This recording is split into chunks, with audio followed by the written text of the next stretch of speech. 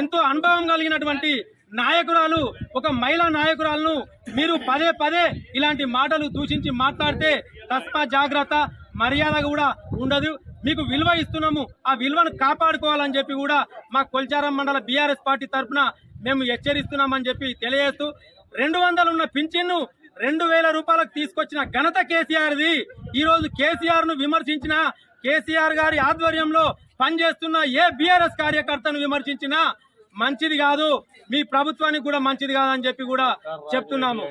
లేదు అని అంటే మేము కూడా రేపు రాబోయే స్థానిక సంస్థ ఎన్నికలలో ప్రతి గ్రామాన తిరిగి మీరు చేస్తున్న 6 గ్యారంటీలు ఎవరికి పూర్తి అయినాయి, ఏదన్నా ఒక్క స్కీము పూర్తి అయిందని చెప్పి ఒక గ్రామంకి వచ్చి మేము ఛాలెంజ్ చేస్తున్నాం, ఒక గ్రామంకి వచ్చి మాది ఈ స్కీము పూర్తి అయింది అని చెప్పి మీరు రండి, మేము కూడా మా కార్యకర్తలతో అక్కడికి వస్తామని చెప్పి కూడా తెలియజేస్తున్నాం.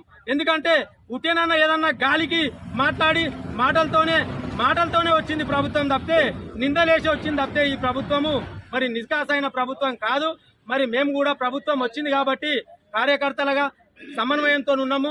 తప్పకుండా రాబోయే రోజులలో మీకు బుద్ధి చెప్తుంది. ఈ బీఆర్ఎస్ పార్టీ సైనికుల్లాగా పనిచేసి ఈ కాంగ్రెస్ పార్టీకి బుద్ధి చెప్తుంది. స్థానిక సంస్థల ఎన్నికలు కావచ్చు, రేపు ఎంపీపీ, జెడ్పీటీసీ, ఎంపీటీసీలు ప్రతి ఒక్కటి కూడా బీఆర్ఎస్ పార్టీ కైవసం చేసుకొని మీకు సరైన బుద్ధి చెప్తారని చెప్పి కూడా తెలియజేస్తూ, ఇంకొకసారి మా కేటీఆర్ గారిని కానీ, మా సునీతమ్మను కానీ, మా కేసీఆర్ గారిని కానీ, మా హరీష్ అన్నను కానీ ఎవరిని విమర్శించినా సరే మరి మేము కూడా రాబోయే రోజులలో మరి బీఆర్ఎస్ పార్టీ తరఫున మిమ్మల్ని ఎక్కడ పడితే అక్కడ మీరు గ్రామాలకు రాకుండా కొబ్బరికాయలు కొట్టకుండా అడ్డుకునే పరిస్థితి కూడా ఉంటుందని చెప్పి మేము మర్యాదగా ఎవరు కూడా ఏమనకుండా సరే నడుస్తుంది కాబట్టి నడిపానని చెప్పి ఊరుకుంటున్నాం తప్పితే మరి మీరు ఇచ్చిన చనువును ఎక్కువ ఇచ్చేసుకొని మీరు మా బీఆర్ఎస్ కార్యకర్తలను కావచ్చు, మా ఎమ్మెల్యేను కావచ్చు తిట్టడం అనేది మంచిది కాదు.